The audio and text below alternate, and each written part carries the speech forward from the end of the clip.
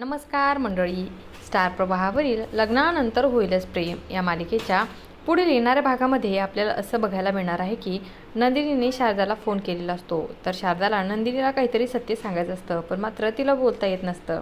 तिला खूप त्रास होतो. नंदिनी बोलत असते की आई तुला काय होतंय, तुझा आवाज येत नाहीये. पण मात्र नंदिनीला काही सांगण्या अगोदरच शारदा तिथे कोसळते आणि बेशुद्ध पडते.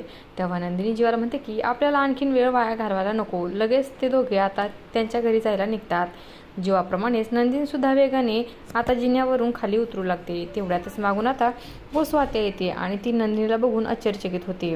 नंदिनी तर प्रेग्नेंट आहे ना, मग ती जीवासारखं स्पीडनं जिन्यावरून एवढ्या वेगाने कशी काय खाली उतरू शकते. आणि लगेच तिला संशय येतो की यामागे नक्कीच काहीतरी कारण आहे.